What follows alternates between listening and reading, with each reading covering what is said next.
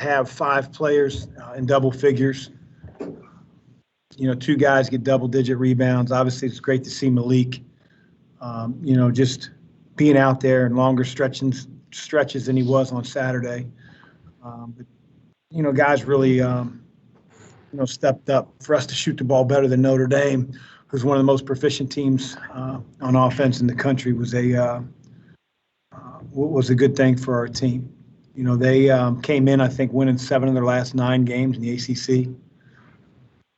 You know, they down 20 at Duke, come back and win. We knew their firepower. So really, really happy for our team. You know, to find out that David wasn't playing around noon today, you know, we didn't really have the opportunity the last couple of days to practice with guys in different positions. And so, you know, Dre Davis played a lot of the 2. You know, Jalen Withers played a lot of the 4, which, again, he'll play a little bit more now that Malik's back at the 4.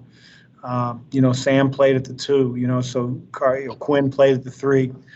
Guys did a little bit of everything. So it was a great win for our team, you know, after the bad loss on Saturday. And, you know, we needed this type of response. Chris, you had a lot of things you can be pleased about. You held them to 36% shooting. You dominated the backboards. I think the rebound total was 45-30. You shot the ball pretty well in stretches. Which of those things was most pleasing to you, getting ready for this one coming up?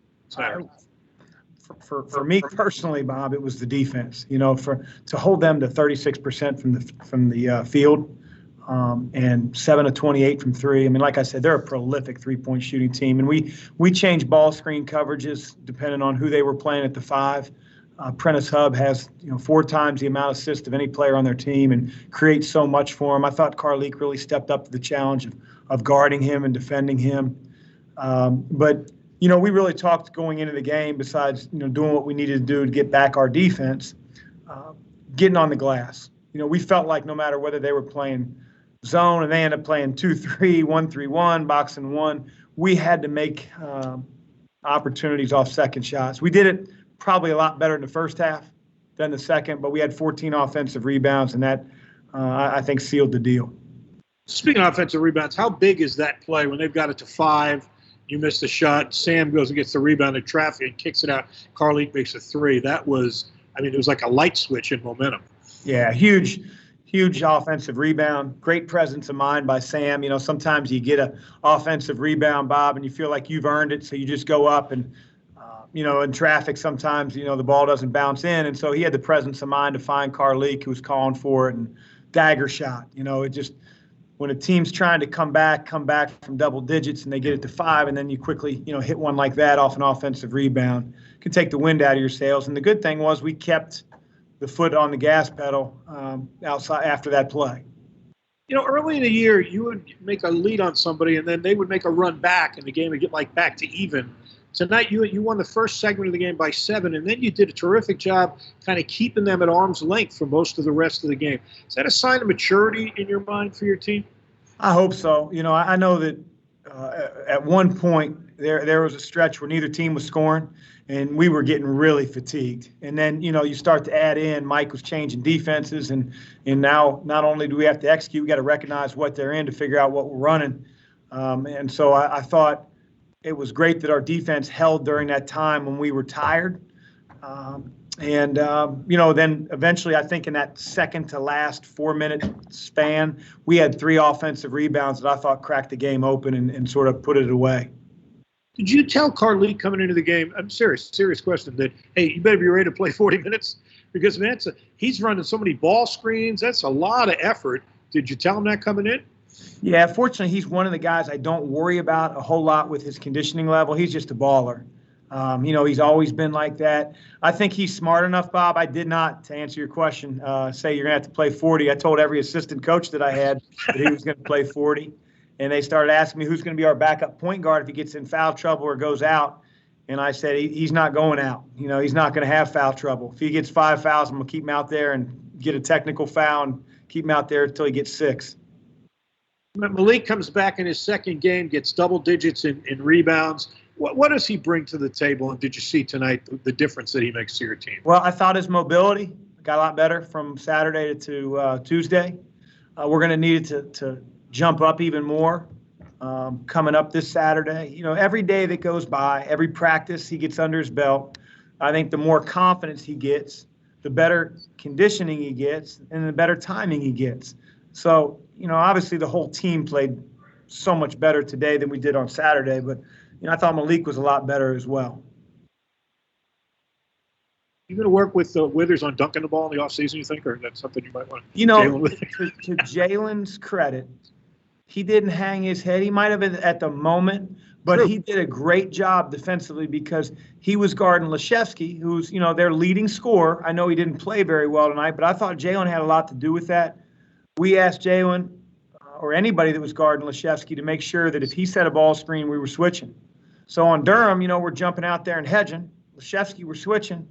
And, you know, if you're not all in on the defensive possession and you're thinking about the layup that you just blew and the 2 points that you lost and letting down your teammates, then you let them down again. And Jalen, that's the maturity right there for him to continue to play defense. Good point. Held Deshevsky to 2 points. Congratulations, Chris. Good win. Thank you.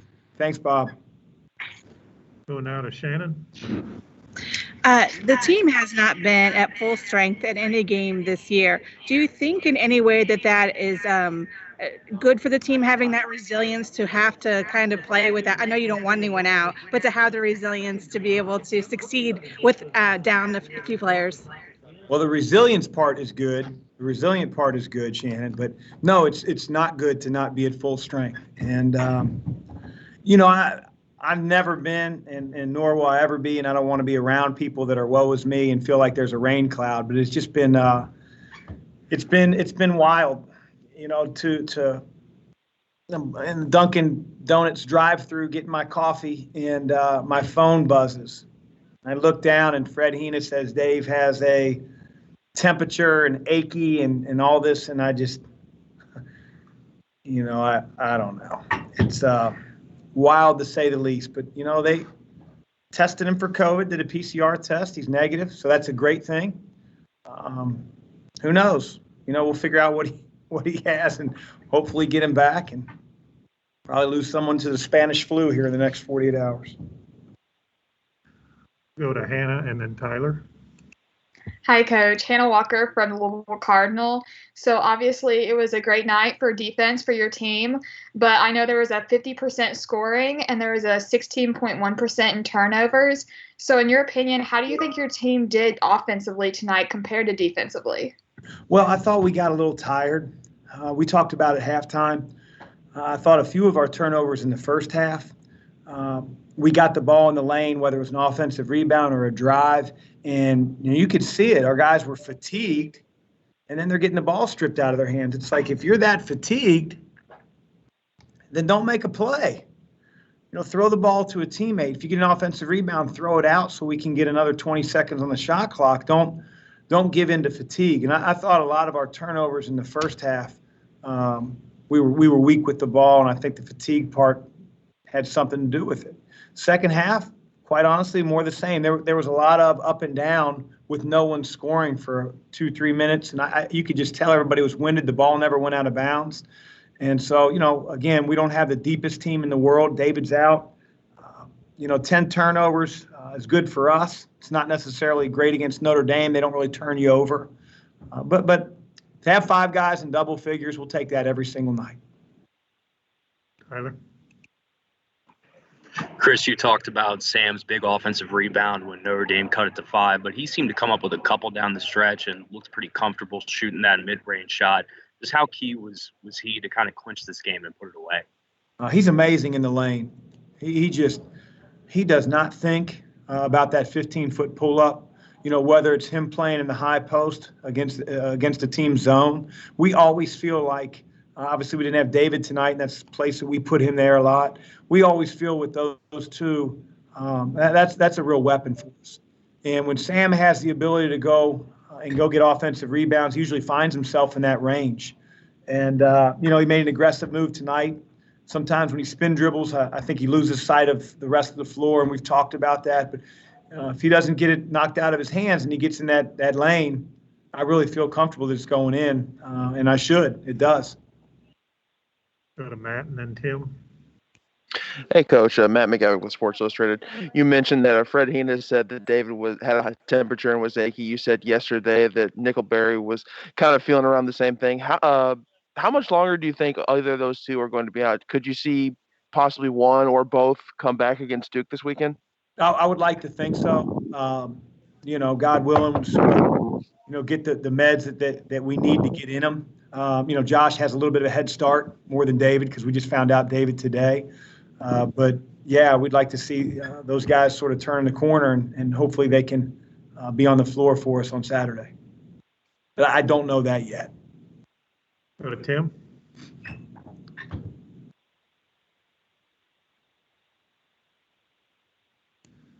Tim, I can't see if you're talking. I'm sorry. Malik played 17 minutes on Saturday, 26 tonight. What is realistic going forward? How much conditioning can he get in, and by the time you get into the tournament? Well, I mean, generally, Tim, we don't play our center more than 30 minutes. I just felt in the first half, I think he played a lot more minutes than he did in the second half. We got to be careful with his conditioning. But he says he feels good. And in the second half, he was out for an extended period of time, and so we felt comfortable going back to him. And he's healed. He's healed. It's just a matter of him not making mistakes out of fatigue, just like everybody. We've all had that issue because of a few of the pauses and stoppages in practice. But he's put a lot of time in, on the bike, on the elliptical, on the court. And so, I thought he was extremely effective. He had 10 rebounds tonight and did a great job defensively. How does he change your team this late stage of the season? He's a mature guy. He's a senior. He's been through a lot of big games. He's comfortable on the court. Now he's getting comfortable with new teammates. I think he's at his best, one of the top three, big guys defensively in the conference. He's not at his best just yet, but he's getting there, and he took a big jump from Saturday to today. Thank you. Last question for Coach from Tyler.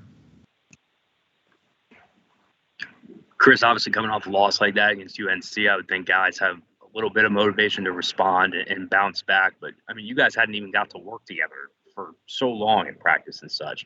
Just what was it like the past couple of days to get back to that, to somewhat of a normal routine? And did you get any sense of a heightened motivation coming off of a big loss like that? Yeah, I mean, I saw that in our offensive rebounding effort. I saw it in the defensive effort that we gave tonight. You're right. I mean, we said, hey, let's get back to practice, but, we didn't have a week to prepare. And it's not really about the preparation. 2 days is plenty. That's about usually the time you get in between normal games. But it's the conditioning factor. It's the timing. It's the rhythm. It's adding Malik Williams. It's adding two guys that, had the 17 days off, return to play. It was a challenge.